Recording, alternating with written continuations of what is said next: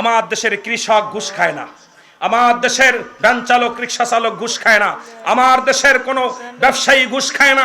ঘুষ খায় ওই দুর্নীতিবাদ যাকে মানুষ করার জন্য বিদেশে পাঠাইলাম, যাকে মানুষ করার জন্য সয় সম্বল বিক্রি করে বিদেশ থেকে লেখাপড়া শিখাইয়া যারে বাড়ি আমরা কি করলাম, বড় চেয়ার দান করলাম। আজকে আমার দেশের একজন বড় অফিসারের পিয়ন, তার ঢাকা শহরে 5টা বাড়ি, এই বেতন হলো 17,000, 10টা গাড়ির মালিক, 5টা বাড়ির মালিক, মেয়ের গাড়ি আলাদা, বিবির গাড়ি আলাদা, ছেলের গাড়ি আলাদা।